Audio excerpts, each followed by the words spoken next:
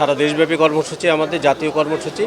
তো জাতীয় কর্মসূচির অংশ হিসাবে আমরা টাঙ্গাইল জেলা শাখা আজকে ডিসির কাছে এসে এই স্মারকলিপি পেশ করলাম। ডিসি নিজে নিলেন স্মারকলিপি এবং আমাদেরকে বললেন যে অতি সত্বর এটা প্রধান উপদেষ্টা বরাবর পাঠিয়ে দেওয়া হবে।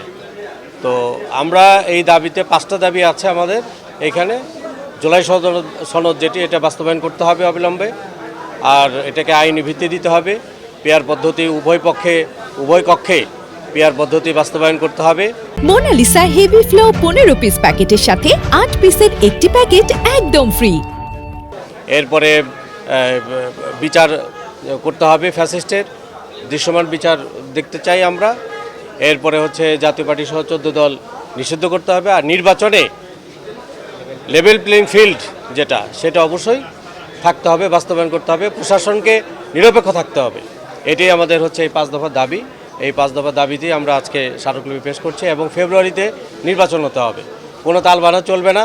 পরিবেশ ঠিক করে জুলাই সদন বাস্তবায়ন করে পিআর পদ্ধতির মাধ্যমে ফেব্রুয়ারিতে নির্বাচন দিতে হবে এবং ফেব্রুয়ারিতে নির্বাচন করতে হবে। এটা আমাদের অন্যত দাবি।